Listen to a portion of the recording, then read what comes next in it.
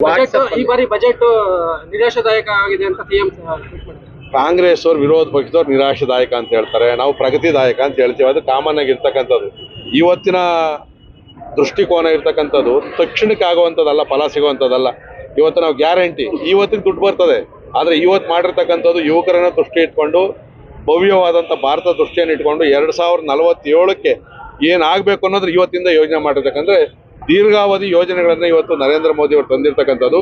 ಇವತ್ತು ಬೇರೆ ಬೇರೆ ಆರ್ಥಿಕ ತಜ್ಞರಿರ್ಬೋದು, ಬೇರೆ ಬೇರೆ ಮುಖಂಡರುಗಳಿರ್ಬೋದು, ಇವತ್ತು ಅಮೇರಿಕಕ್ಕೆ ಸಡ್ಡು ಹೊಡೆಯೋ ರೀತಿಯಲ್ಲಿ ಇವತ್ತು ಬಡ್ಜೆಟನ್ನು ಮಂಡಿಸಿರ್ತಕ್ಕಂಥದ್ದು.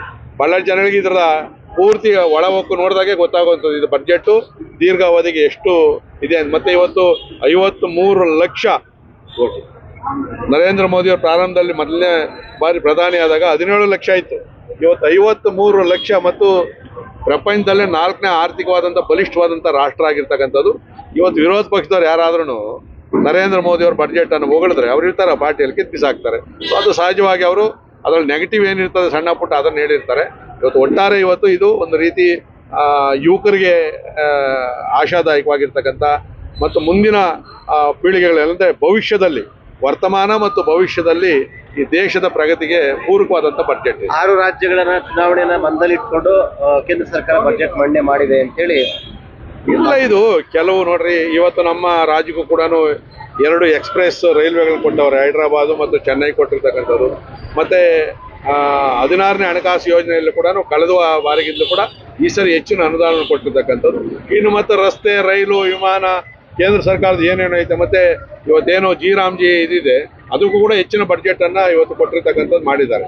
ಕೆಲವು ಪ್ರದೇಶಗಳಲ್ಲಿ ಸಹಜವಾಗಿ ಕೆಲವು ಯಾವ ಕಾಂಗ್ರೆಸ್ ಸರ್ಕಾರಗಳು ಅಲ್ಲಿ ಏನೂ ಕೆಲಸ ಮಾಡಿರಲಿಲ್ಲ ಇಲ್ಲಿವರೆಗೂ, ಅಂತ ಕಡೆ ಸ್ವಲ್ಪ ಹೆಚ್ಚು ಕೊಡಲೇಬೇಕಾಗ್ತದೆ, ಅದನ್ನು ಸಹಜವಾಗಿ ಕೊಟ್ಟಿದ್ದಾರೆ. ಹೆಸರುಘಟ್ಟದ ಕಾಂಗ್ರೆಸ್ ವಾಟ್ಸಪ್ ಗ್ರೂಪ್ನಲ್ಲಿ ಮೆಸೇಜ್ ಹರಿದಾಡ್ತಾ ಇದೆ ಸರ್.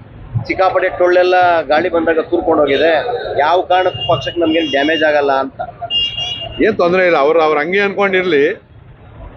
ಅನ್ಕೊಂಡಿರ್ಲಿ, ನಮಗೆ ಅನುಕೂಲ ಆಗ್ತದೆ. ಟೊಳ್ಳಲ್ಲ ಈಗ ಬಂದಿರ್ತಕ್ಕಂಥವ್ರೆಲ್ಲ ಗಟ್ಟಿಯಾಗಿರ್ತಕ್ಕಂಥವ್ರು, ಪೊಳ್ಳುಗಳು ಹೇಳ್ತಕ್ಕಂಥವ್ರು ಅಲ್ಲೇ ಉಳ್ಕೊಂಡವ್ರೆ. ಅವ್ರದ್ದೇನು ನಮ್ಗೇನು ಅವಶ್ಯಕತೆ ಏನಿಲ್ಲ. ಏನು ಹೇಳ್ತಾರಲ್ಲ, ನರಿಗೆ ದ್ರಾಕ್ಷಿ ಹಣ್ಣು ಸಿಗ್ಲಿಲ್ಲ ಗುಳಿ ಅಂತೇಳಿ, ಈ ಥರ ಅವ್ರು ಬಿಟ್ಟು ಹೋಗವ್ರೆ. ಬಹಳ ಪ್ರಬಲವಾಗಿರ್ತಕ್ಕಂಥ ನಾಯಕರಿಗೆ ನಮ್ಮ ಜೊತೆಯಲ್ಲಿ ಬಂದಿರೋದ್ರಿಂದ ಅವ್ರು ಅದನ್ನ ಜಟ್ಟಿ ಕೆಳಗೆ ಬಿದ್ರು ಮಣ್ಣಾಗ್ಲಿಲ್ಲ ಅನ್ನೋ ತೋರಿಸ್ಕೊಳ್ಳೋದಕ್ಕೋಸ್ಕರ ಮಾಡ್ತಾವ್ರೆ. ಸರ್, ಈಗ PPRR ರೋಡ್ ಸಂಬಂಧಪಟ್ಟಂಗೆ ಒಂದಷ್ಟು ಜನ ಈ ಅಂಬಾಭವಾನಿ ದೇವಸ್ಥಾನದ ಬಳಿ 2 ದಿನಗಳ ಮುಂಚೆ ಸಭೆ ನಡೆಸಿದ್ದಾರೆ. ಸಮಸ್ಯೆ ಏನು, ಯಾಕೆ ತಡ ಆಗ್ತಾ ಇದೆ ಸರ್ ಯೋಜನೆ? ನೋಡ್ರಿ, 20 ವರ್ಷದಿಂದ ಇದು ಭೂಸ್ವಾಧೀನ ಆಗಿರ್ತಕ್ಕಂಥದ್ದು ಪೆರಿಫೆರಲ್ ರಿಂಗ್ ರೋಡ್, ಈಗ ಬಿಸಿನೆಸ್ ಕಾರಿಡಾರ್ ರೋಡ್ ಅಂತೇಳಿ. ಇವತ್ತು ಸುಪ್ರೀಂ ಕೋರ್ಟ್ ಕೂಡ 3 ವರ್ಷಗಳಿಂದ ಆದೇಶವನ್ನು ಮಾಡೈತೆ ಇದನ್ನ ಮಾಡಬೇಕು ರಸ್ತೆ ಅಂತೇಳಿ. ಸಮಸ್ಯೆ ಇದ್ದಿದ್ದೇನು ಅಂತ ಹೇಳಿದ್ರೆ ರೈತರಿಗೆ ಪರಿಹಾರ ಕೊಡ್ತಕ್ಕಂಥದ್ದು. ನಾವು ಕೂಡ ನಮ್ಮ ಸರ್ಕಾರ ಇದ್ದಾಗ ಪರಿಹಾರದ ವಿಚಾರದಲ್ಲಾದಾಗ ನಮ್ಮ ಸರ್ಕಾರದ ಅವಧಿ ಮುಗೀತು. ಯಾಕಂದರೆ ಸುಪ್ರೀಂ ಕೋರ್ಟಲ್ಲಿ ಆದೇಶ ಮಾಡಿಸಿದ್ರು ಕೂಡ ನಾವೇನೆ. ಯಾಕಂದರೆ ರಸ್ತೆ ಭಾಳ ಅವಶ್ಯಕತೆ ಇದೆ. ಸೊ ಹಾಗಂತೇಳಿ ನಾವು ರೈತರಿಗೆ ತೀರಾ ಕಡಿಮೆ ಪರಿಹಾರವನ್ನು ಕೊಡುವಂಥದ್ದಿಲ್ಲ. ಆದರೂ ಕೂಡ ಇವತ್ತು ಸರ್ಕಾರ ನಿನಗೆ ದುಡ್ಡು ಬೇಡ ಅಂದರೆ 35% ಕಮರ್ಷಿಯಲ್ ಜಾಗ ಕೊಡ್ತೀವಿ ಅಂತ ಹೇಳ್ತಾರೆ. ತಗೋ, ಆಪ್ಷನ್ ಕೊಟ್ಟವ್ರೆ, ಜಾಗನೇ ಕೊಡ್ತೀವಿ ಅಂತ ಹೇಳೋರೆ.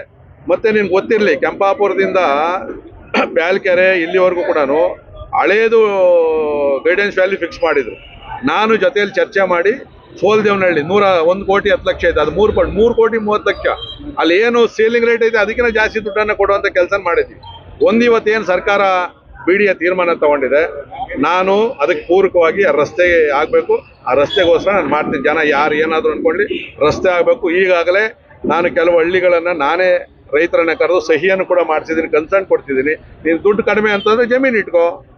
ಕಮರ್ಷಿಯಲ್ ಕನ್ವರ್ಷನ್ ಮಾಡ್ಕೊಡೋದ್ರಿಂದ ನಾಳೆ ರಸ್ತೆ ಆಗೋದ್ರಿಂದ ಅದರ ಬೆಲೆ 10 ಪಟ್ಟು ಜಾಸ್ತಿ ಆಗ್ತದೆ. ಸೊ ಇದಕ್ಕೋಸ್ಕರ ಸರ್ಕಾರದ ನಿಲುವು ಏನಿದೆಯೋ ಅದು ನಾನು ಬೆಂಬಲಿಸ್ತೀನಿ. ಯಾರಾದರೂ ಕಾಂಗ್ರೆಸ್ ಲೀಡರ್ ಸೇರ್ಪಡೆ ಆಗಿರೋ ಮಂಜು